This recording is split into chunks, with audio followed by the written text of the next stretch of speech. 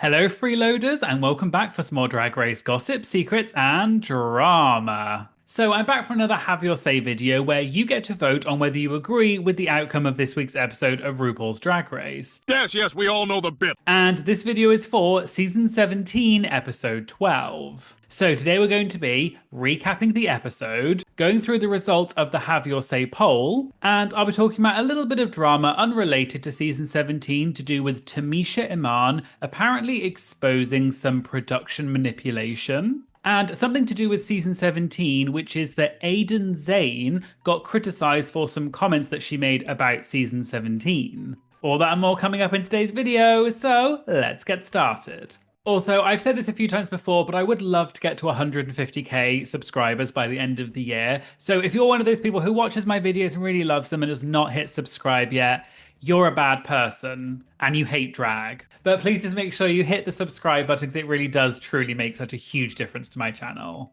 Okay, so let's start off. And the queens do a mini challenge, which I don't think we've ever had before, where they have to write each other's drag race bios and they have to work in pairs. I really liked this challenge because obviously it's sort of a comedy challenge, although they don't necessarily say that, but it gives the queens a chance to sort of write stuff about their competitors. It's kind of, to me, a little bit like the equivalent of, do you remember that challenge they used to do years ago called Everybody Loves Puppets? And they would do the puppets and kind of impersonate each other. It sort of reminded me a little bit of that.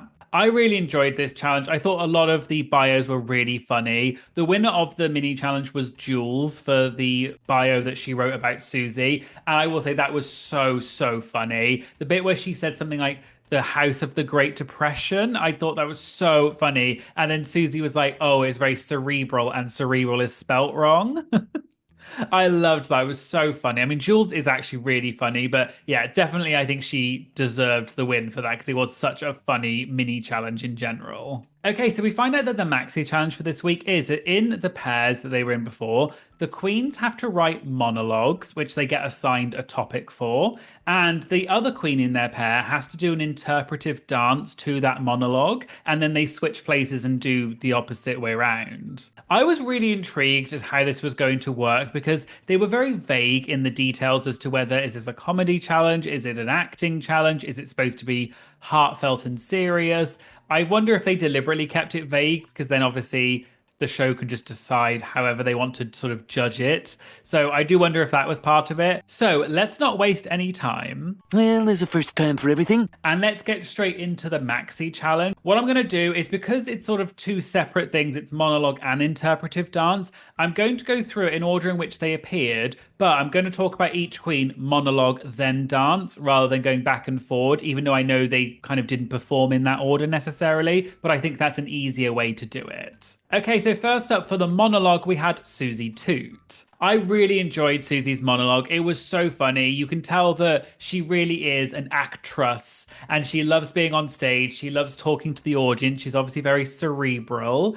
And I just thought it was very funny and she definitely hit the brief to me. So yeah, I would definitely give Susie a yay. And it seemed like you agreed because 58.3% of you voted for yay, but then 34% for just okay. Then moving on to Susie's interpretive dance that she did for Jules's monologue. I don't think Susie quite did the interpretive dance in the right way. I think she went way too serious with it. She was just kind of doing regular, like, ballerina type dancing. I just don't think it really matched the theme and the vibe of Jules's monologue because Jules was doing more so comedy. Whether it was good comedy or not is a different question, but I don't think Susie quite matched the vibe. It was just a bit too serious. So I think although it was good, it wasn't the best. So I would give it a just okay. And it seems like you agreed because 52.2% of you voted for just okay and then 37.4% for nay. Then we had Jules Sparkle's monologue. I thought Jules's monologue was okay. I think she definitely was trying to do some more comedy and things, but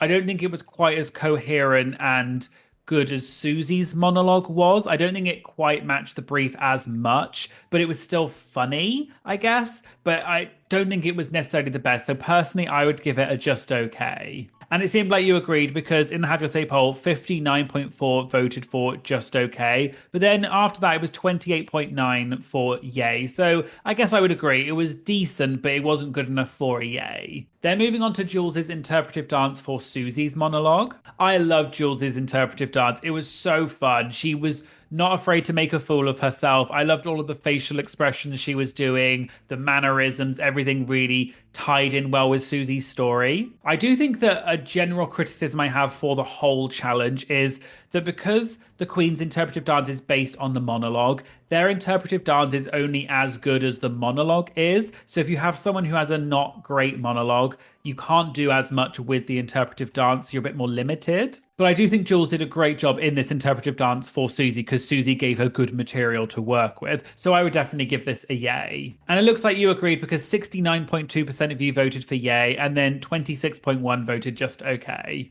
Then we had Anya Nerve's monologue. I loved this monologue so much. Anya is just so charismatic. She's so fun. She definitely performed the words. She didn't just say them, she performed them and lived through them. And she definitely had the comedy, but then there was still enough heartfelt and sort of message behind it that it was also quite touching. But yeah, I loved this monologue so much. It was potentially my favorite. So I would definitely give this a yay. And you agreed because 89.7%, so almost 90% voted for yay. Then moving on to Anya's interpretive dance, which was for Lexi Love's monologue. I thought Anya did a really good job in the interpretive dance.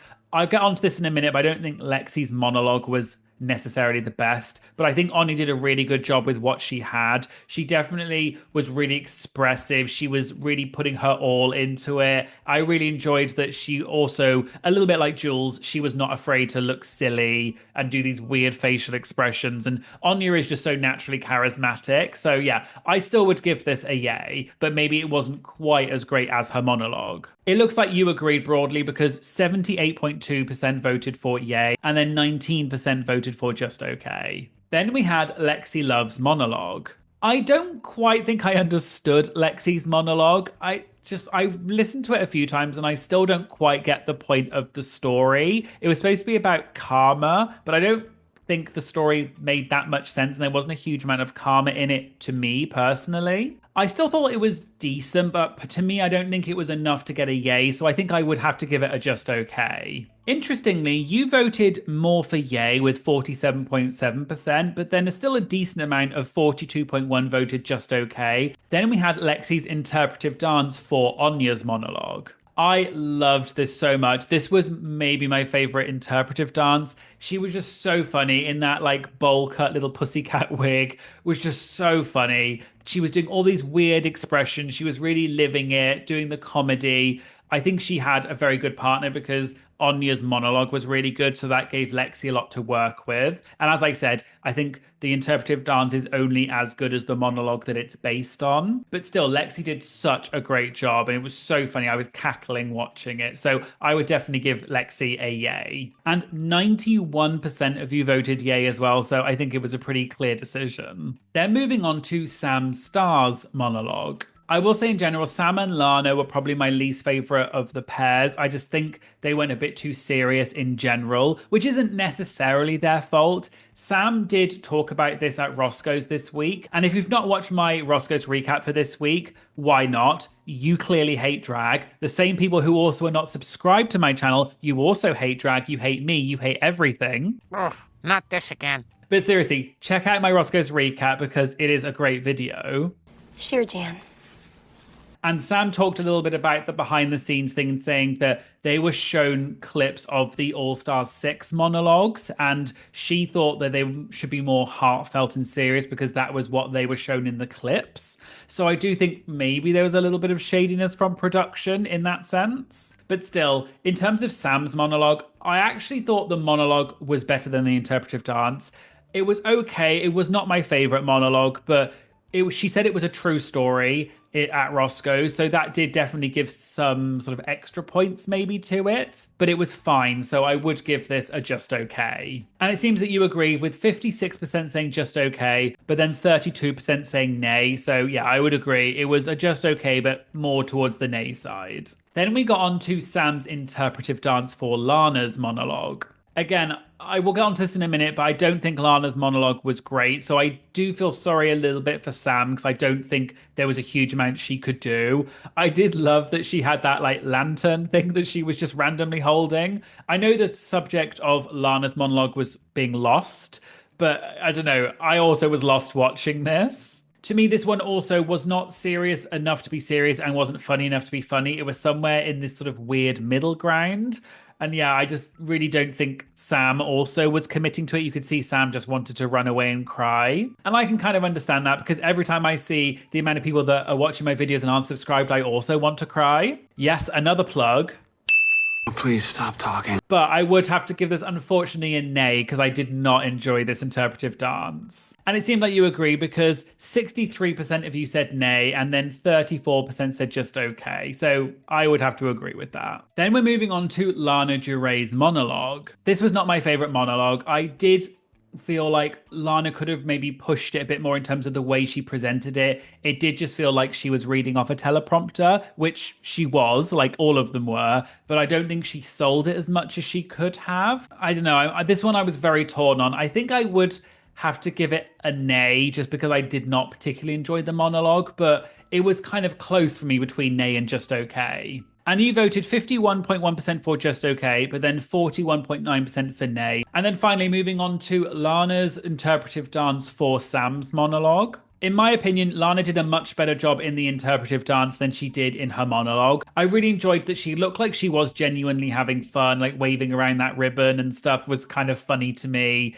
And although Sam's monologue was not the best, so Lana was also a little bit limited in what she could do, I think she definitely found the funny in it a bit more. So I don't think it was the best interpretive dance, but I don't think it was the worst. And I think it was a lot better than her monologue. So I would give it a just okay. And you seem to agree with the majority of 51.8% saying just okay, and then 26.4% for nay. And then let's move on to the slays. So let's first talk about the slay for the monologue. 65% of you voted for On Your Nerve, 20.5% for Susie Toot, with Lexi Love getting 7.9% and Jules Sparkles getting 5%. I would have to agree, I loved Anya's monologue. It was definitely my favourite. It was not only funny, but it hit the brief. It had enough funny and also a little bit of heartfeltness. She performed it really well. She was really living through the words, not just reading off a teleprompter. So definitely Anya got the slay for the monologue for me. In terms of who got the slay for the interpretive dance, we had 69% for Lexi Love, 14.4% for Jules Sparkles, and 13.8% for On Your Nerve. I would definitely have to agree. I loved Lexi's interpretive dance. The way she looked so crazy but funny at the same time. She was moving around the stage and really making use of it.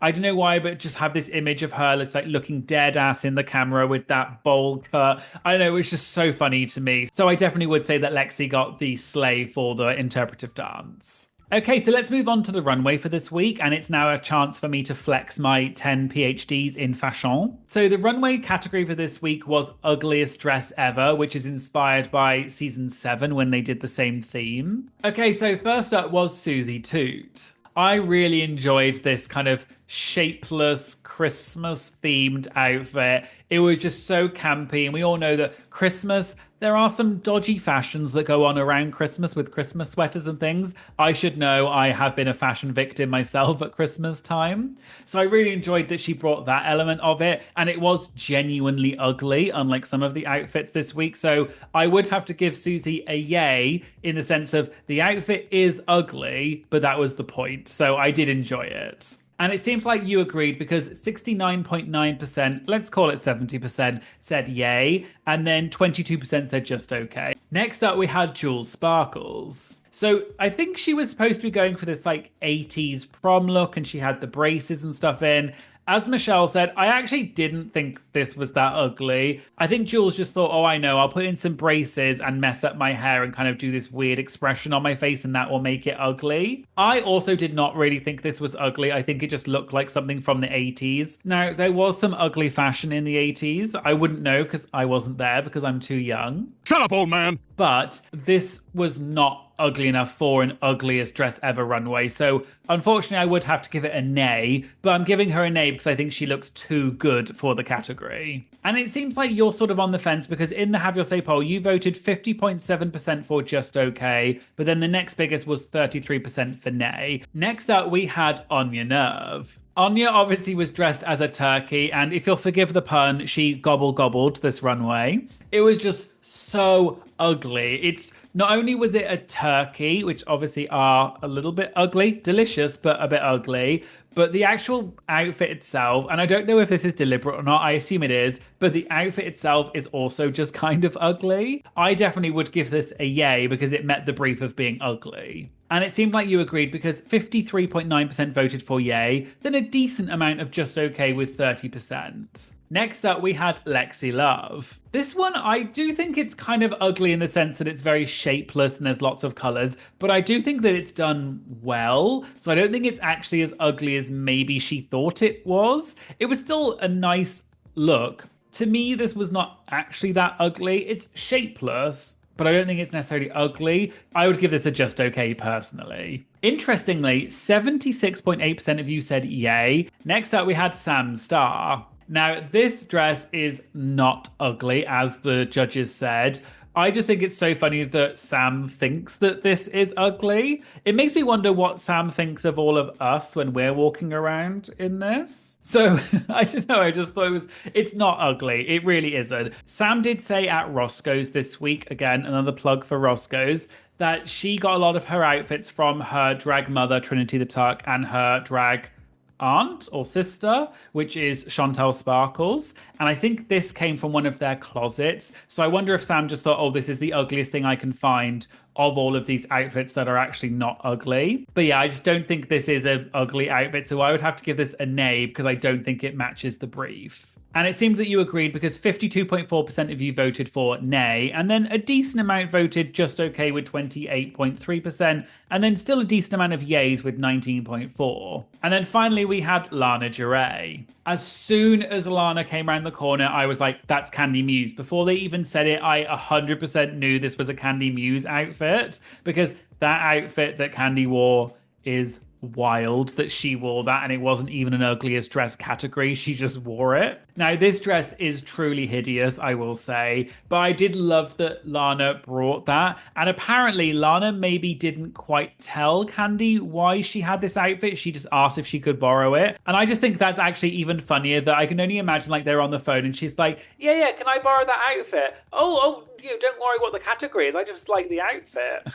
So I do wonder if Candy knew that was what was going to happen with this outfit. So I did quite enjoy that this was a throwback reference.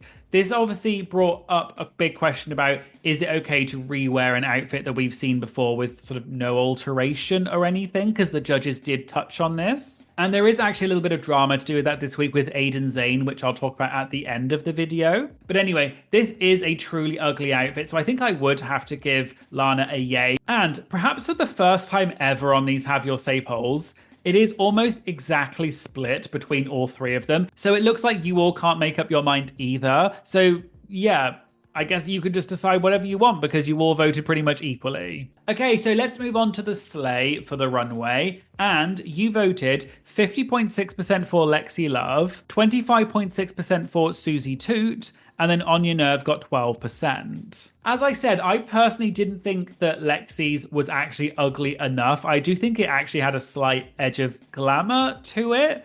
I don't know what that says about me and my fashion sense, maybe quite a lot. I personally would have given it maybe to Susie because I think genuinely hers was very ugly. Okay, so we have the judges' critiques and then we find out that the winners of this week jointly are On Your Nerve and Lexi Love. And I definitely agree. And I asked you, did you agree with the winner? And you voted 91.3% for yes, with only 8.7% voting no. And then of that very small percentage that said no, I asked, who would you have voted for to be the winner instead? And you voted 58.2% for Susie Toot and 37.4% for Jules Sparkles. And then, perhaps unsurprisingly, we found out that the bottom two were Sam Starr and Lana Del 86.2% in my Have Your Say poll said yes, you agreed with the bottom two, and 13.8% said no. And then of that small percentage that said no, I said, who do you think should have been in the bottom instead? And you voted, weirdly, 56.1% for Susie Toot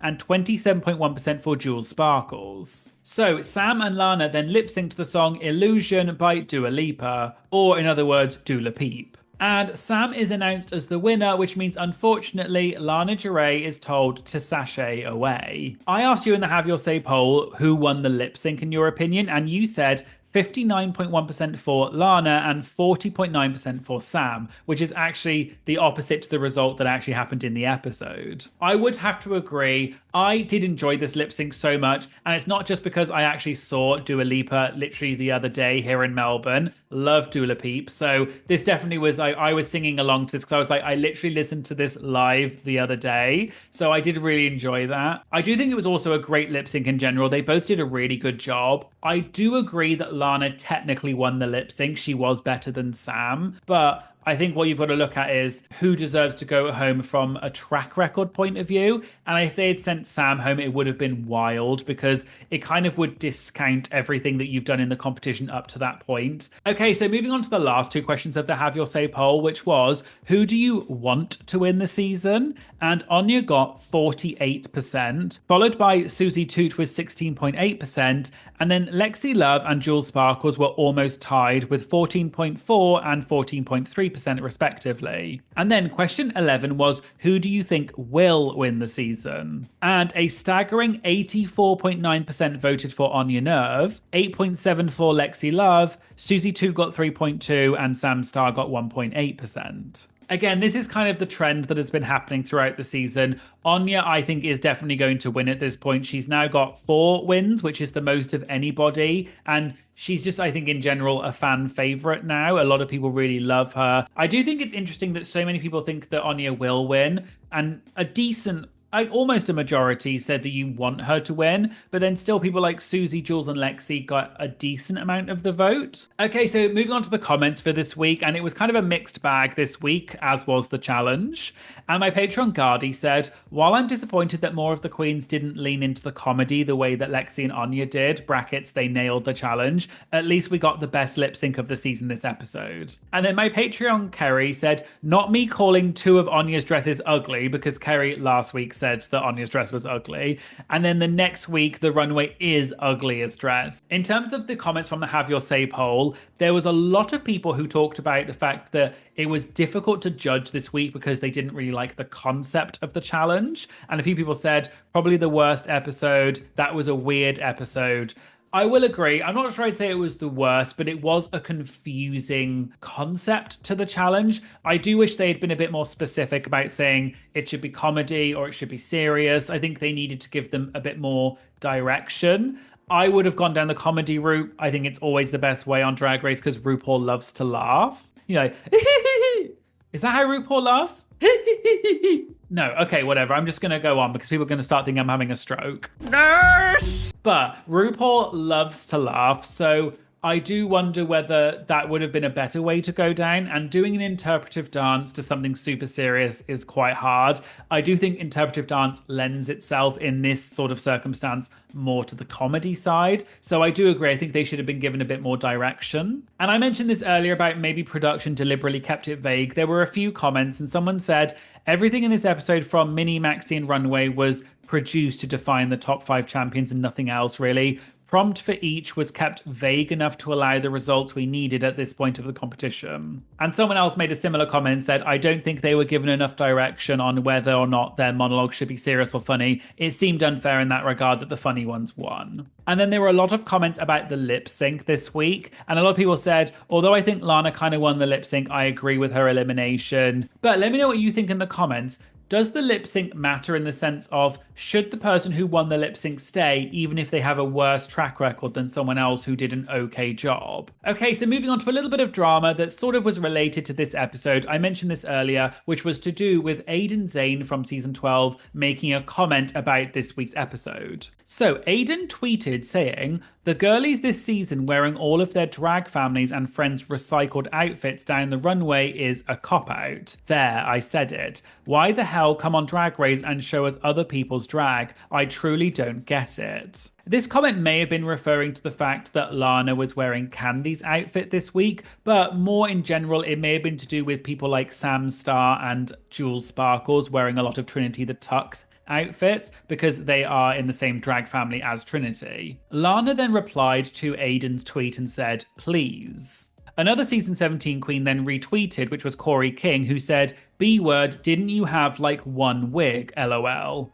And Jules Sparkles replied to that with the clock emoji. And Joella posted a gif of herself with the shade button in the background. Aiden's tweet then got a lot of traction, sparking a lot of comments. And for example, people were posting saying, "Mind you, recycled this beep-ass wig for all 5 episodes you were there and the promo," and put photos of Aiden from her season wearing the same wig. Someone also said, "No shade, but people don't want to be fashion icons. Some people just do drag to lip sync and entertain a crowd. It takes a village and Sam is still an icon." And Aiden replied to this saying, "This is an excuse. Yes, we all do drag for our own reasons. Obviously, it's not about being a fashion icon, it's about showing us you." Someone else said, "You're not wrong, but you're gonna get attacked because you're not one of the Drag Race favorites." And Aiden replied saying, "That's fine. I've had 5 years of this fandom coming for me. There's literally not a single thing they haven't already said or tried. I'm not going to mute myself out of fear of people disagreeing with me." And as I said, Aiden got a lot of comments because of this tweet. And then Aiden tweeted a follow-up saying, "Y'all really stay pressed over a person's opinion, huh? I expect nothing less from this platform." And Lana Del Rey replied saying, "Girl, save it." Aiden then continued to get a lot more comments and criticism on her original tweet. And then the next day, Aiden tweeted saying, "Y'all still arguing? Over 1 million impressions on that tweet is kind of insane, y'all. Go do something." Then Trinity the Tuck seemed to get involved, mainly because people think that Aiden's comment was targeted towards Sam Star and Jules Sparkles for wearing a lot of Trinity's outfits this season. And Trinity posted an Instagram story with lots of Aiden's looks from her season, and she tagged Aiden and said, "And baby doll, had you asked, I would have let you rummage. It might have helped you." And this was followed up by another Instagram story where Trinity took a screenshot of Corey replying back to Aiden Zhane. And Trinity then said, "What at Corey King said, and if we're going to be fully honest today, what season were you even on? Because all I remember was the wig too. It's always the girls who can't that have the loudest mouth. At Aiden Zhane, what's good?" And so in general, it looks like Aiden got a lot of clapback from this tweet, but you can make your own mind up about whether you think it's okay to wear another outfit or not, but it seems that this got a lot of traction within the fandom. And finally, moving on to some drama that's not related to season 17, which was to do with Tamisha Iman potentially exposing some manipulation from production during her season. As you may remember, Tamisha Iman competed on season 13 and placed 11th. Although Tamisha is a legend within the drag scene, since her time on Drag Race, she has become a little bit controversial and has criticised RuPaul and the show on multiple occasions, as well as had public feuds with several of her season 13 co-stars. And if you want to know more about that, I did talk about Tamisha in one of my videos about queens who are banned or unlikely to be asked to return to Drag Race, and I'll link to that video in the description. However, Tamisha recently did a live video, which is on her Instagram. It was over an hour and a half long, and it was titled Tamisha Conversation About the Drag Race Shade. Within that video, Tamisha shared a lot of information, including some alleged production manipulation from her season, as well as some criticisms of Drag Race and RuPaul in general. I won't go through the whole live, but several clips of the most poignant moments from the live were shared on TikTok and other social media platforms, so I'll go through just some of these moments. So Tamisha started out by saying that the reason she was making this video is because she had said about 5 years ago that she was going to spill all the tea about Drag Race once her NDA was up, but she hadn't done it so far, so she's going to do it now. Also, a day before Tamisha posted this live, Tamisha had posted a different video where she explained that she and a few other queens had contacted World of Wonder to ask if they could be in the audience for the Drag Race Live 1000th show, which happened recently in Las Vegas. Tamisha lives in Las Vegas and said that WOW didn't even return some of the Queen's calls, which was disrespectful, and Tamisha said the show favours some queens and disregards others. Then, going back to the long live that Tamisha posted the next day, Tamisha told a story that she and her season 13 co-star, Elliot with 2 T's, wanted to get tickets for the Drag Race Live 1000th show. However, they were told by WOW that there were no tickets left. But Tamisha thinks that they were being shut out by WOW and that Drag Race as well as RuPaul don't intervene or protect the queens from backlash that they get. And for Ru to be considered the mother of Drag Race, you would think she would intervene on some occasions. But it's always silence. You don't hear anything about Ru unless it's promotion or unless it's favoring the girls that she likes. Tamisha then went on to say that she thinks that the franchise perpetuates racism. She also said that there were a lot of, quote, crackheads within the franchise. The franchise perpetuate racism. Now, mind you, you can say, well, girl, how did they do that? Bob and Monet, yeah, but I'm talking about the girls that's from the other side of the track. They allow the fan base to go wild on them. There are a lot of crackheads in this franchise. I'm gonna call it out. Now, I don't do drugs, but I don't hate on it, and I don't try to throw people under the bus. But if you are a Caucasian crackhead, they tend to hide your crackheadness. Now, if you are a black crackhead, they deem you as problematic and, don't want to work with you. They try to make sure nobody else work with you. Now, help me find a lie. Ru husband is Caucasian, or other. Bob husband is Caucasian. And this is no disrespect to the girls. This is a fact. Monet husband is Caucasian. Latrice's husband is Caucasian. Those are the people they keep feeding y'all with. Tamisha also told a story from her time on Drag Race where she seemed to imply that RuPaul gets told who the winner of the lip sync is. And in Tamisha's case, it sounds like Tamisha is implying that RuPaul changed her mind and told production that she wanted to eliminate Tamisha instead because she, quote, had enough. After the elimination, she had something in her ear. So production, pretty much, I'm not saying they tell her who win, but they tell her who win. So she can't control it. She look at the winner, during the cool down period. So when they told her who won, she looked at me. And I was like, okay. That was my attitude. I'm a very nonchalant type of person. I was like, okay. But then, after she looks at me, she does this. And Ru had a conversation with production for 5 to 6 or 7 minutes. And I never took offense to being put off the show because I don't care what nobody say. Ru eliminated me. Now, she do eliminate you, but Ru personally eliminated me. She had enough. There was also another part of the live where Tamisha talked about when Tyra made rude comments about the Vivienne after the Vivienne tragically passed away, and Tyra got a huge amount of backlash for that. RuPaul seemed to get involved at the time by posting a video of her slapping Tyra. And Tamisha addressed this situation in her live and said that it was, quote, effed up that RuPaul antagonized that situation. I say this about Tyra. You never know what a person is going through. And when she made the comment about the baby that passed, for RuPaul to antagonize that situation, that was fucked up. Because as a mother, as a parent, for me, your parent are the individuals that meet a problem head on to resolve it. RuPaul didn't join the Tyra fan base. She joined the RuPaul drag race. They call Ru mother. When are you going to step up to be a mother? There was also a lot more things that Tamisha said during that live, so if you want all of the tea, go and check out the video on Tamisha's Instagram, and I'll link to that in the description. I also noticed that Tamisha recently posted a seemingly AI-generated video on her YouTube channel, and it seems that she is restarting the Tamisha Iman network. Welcome to TIN Broadcasting, the official production company of the Tamisha Iman network. This is not just a network. It's a movement.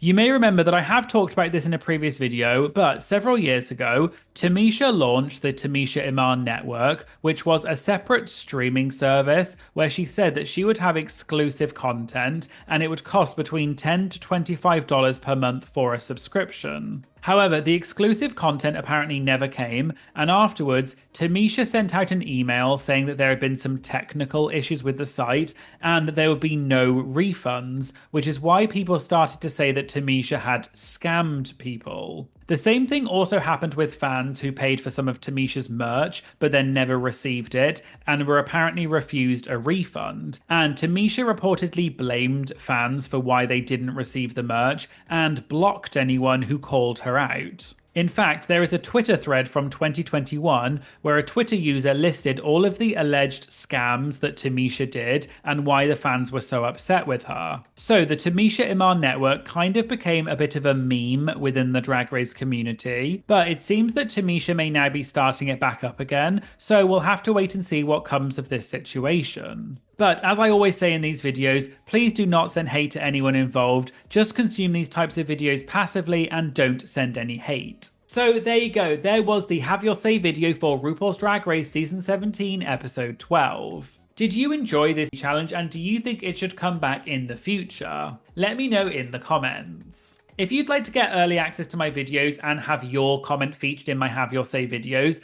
please check out my Patreon and consider supporting me. It just costs a few dollars a month and it is such an amazingly incredible way to support my channel and it really does make a huge difference. So please check it out and I'll put a link in the description. I'd also like to say thank you so much to all of my incredible Patreon members. Your support every month truly is breathtaking. I am so humbled and I'm so appreciative of all of your support. It's so lovely speaking to you in the Have Your Say polls, in the exclusive Patreon chat. I absolutely love this community. So from the bottom of my heart, thank you so much to my Patreon members. I truly appreciate your support. Please make sure you like and comment and share this video if you like it because it really does make a huge difference to the algorithm and promoting it to other people. And if you haven't already, please hit that subscribe button because I'd love to get to 150,000 subscribers by the end of the year. Thank you so much for watching and I hope you'll join me again for some more Drag Race gossip, secrets and drama. Thank you so much. Bye!